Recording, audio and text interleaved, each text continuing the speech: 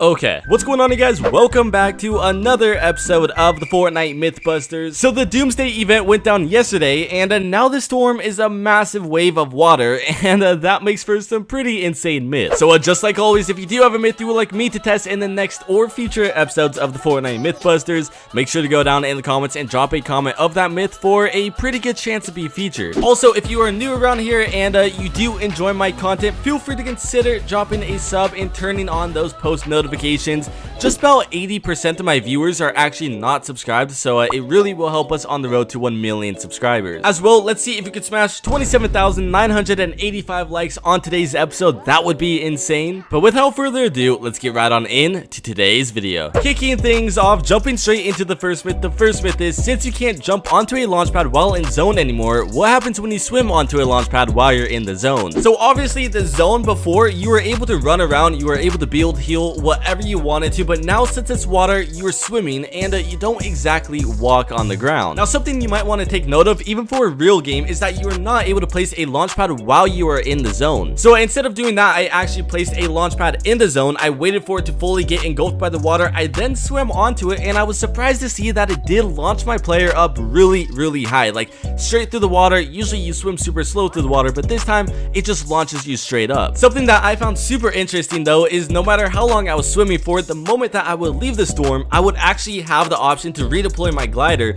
But you know, when you leave the storm regularly without going, you know, onto a launch pad, it just launches your player straight out. So it's still actually really good to see that launch pads do have some sort of use in the zone. Going straight into the next myth. The next myth is, what happens when you stay in a pond or a lake and wait for the new storm to pass you? Do you stay in the lake, or will you float up into the storm since it also is water? Now trust me, if you've been in a game and people are shooting you while you're in this specific storm of the water, it's really not fun, and sometimes you don't want to float up to the surface. So when the storm actually did engulf me while I was already in a body of water, I was actually, you know, floating in the water at the same height, but the moment that I started moving around, I then started gaining a little bit of height, and you know, you don't stay at ground level. I also wanted to test to see what happens when, you know, you're swimming full speed, then you hit the storm, but it actually slows you down immediately. The moment that you do hit the storm, you basically lose all momentum that you have, and you have to start swimming over and over again, and then you even do start going up a little bit because obviously you are in the storm. I could definitely see this saving your life in a game though, knowing that you stop immediately when hitting the zone. Going into the next myth. The next myth is, can you try to avoid the storm by going above the massive water wall? During the Doomsday event, there was one specific part where Mount K, which is obviously the name of the tallest mountain on the map. I'm pretty sure, I'm like 90% sure, I just googled it. But basically the peak of this mountain was actually sticking out at the top of the water during one specific part of the event. Already knowing that you were able to go to the top of that mountain in a real game, this shows that you are actually able to go above this massive water wall. But when I did try this in game,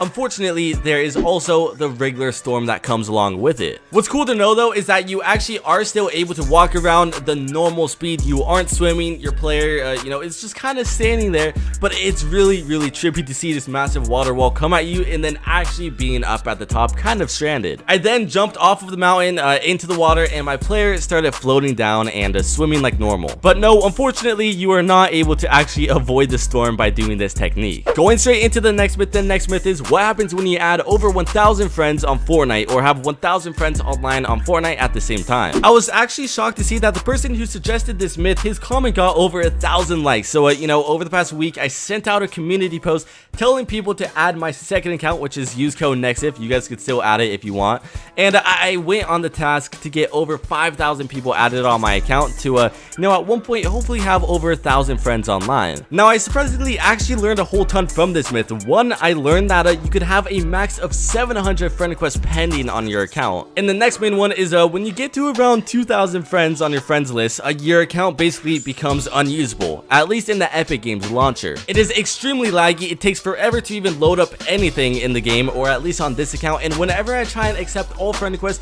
it does it in like patches of like 50 to 60 people at a time. Then I have to wait like 10-15 minutes just to do it again. So I guess the thing to learn is not to add too many people onto your Fortnite account, otherwise it might start lagging. Going into the next myth is, can you open a supply drop while you're in the brand new water storm? I thought this was a great myth because from previous Fortnite Mythbusters episodes, we learned that you actually can't open up a supply drop while you're gliding in midair, and that's kind of the exact same animation you do while you're in this storm and you're swimming around. I basically had this storm engulf the supply drop. I then, I was able to open it from the outside of the storm, but the moment that I went into it, it gave me the option to actually open up the supply drop, or in this case search, but it would actually never let me. Similar to the volcano and, steamy stacks and stuff, when you are going up against the balloon, it will actually pop immediately, and that makes a whole ton of sense because obviously when you are in the storm and you're going through builds, the builds will break immediately as well. You could go straight through buildings, you could go straight through old builds, all of that good stuff. But the next time that you do see a supply drop in the zone, you might not want to go for it because you cannot open it. There's really no point at all, and that you will most likely die. Going into the next myth is, what happens when you're healing with a medkit, minis, shield potions, whatever it is, and then the storm ends up hitting you? Will you stop healing and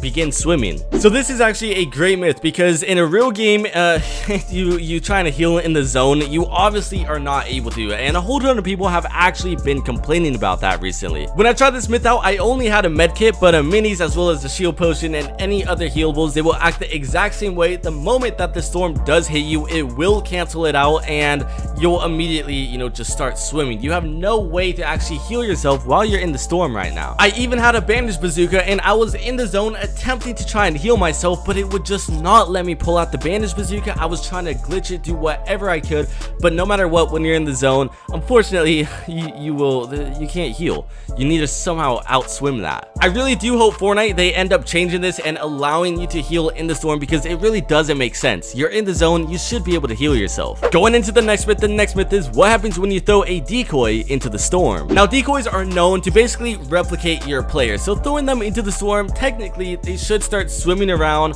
or, trying to get out of the zone. We've tested so many myths with decoys, and they've always just done, the logical thing. In this case, I had myself some decoy grenades. I then threw them straight into the zone, and for a split second when the decoy was actually spawning, your player was just kind of standing there. It's not for too long, and then obviously the decoy will begin swimming, and in this case, every single one of my decoys, they immediately swam out of the zone. They weren't really in the swimming animation, they were just kind of floating there, but as soon as they got out of the zone, it kind of launched them just how a real player would. The decoy would then run back into the zone and he would still be in the floating animation. The decoys don't actually have the swimming animation where they kind of go horizontal and start swimming. I thought this was pretty good to know. If you are ever in a fight and you see a bunch of decoys in the zone, it will be very, very easy to spot someone out of the pack. Going into the next myth is, what happens when a boss or a henchman goes into the new water storm? Will they swim out of it? Will they die? What exactly happens? So when I tested this myth out, I tested it out with MIDAS because obviously the agency's blown up. I kind of wanted to just be in that whole atmosphere just in case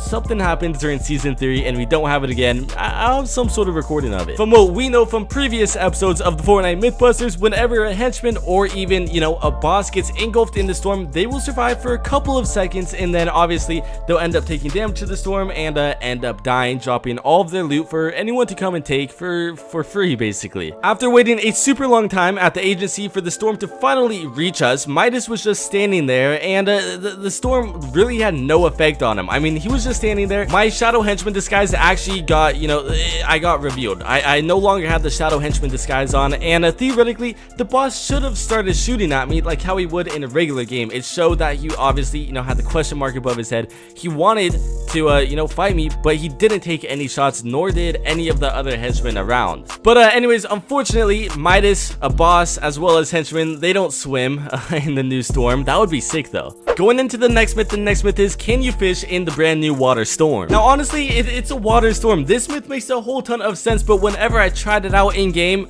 unfortunately, you are not able to fish in the zone. I tried to go above the zone. I tried to, just throw it straight at the wall. The fishing rod immediately would just get sent back to me. It acts the exact same way as if there were no storm at all, and you're just kind of fishing for maybe loot or something that were on the ground. Either way, that would be pretty overpowered. Imagine in an endgame scrim and everybody is just fishing the zone for constant floppers. That would be a little OP. Anyways, that's gonna wrap it up for today's video. I hope you have enjoyed. If you have, make sure to leave a like and also subscribe to the channel if you are new. Turn on those post notifications to never miss another episode of the Fortnite Mythbusters, and I will see you guys next time.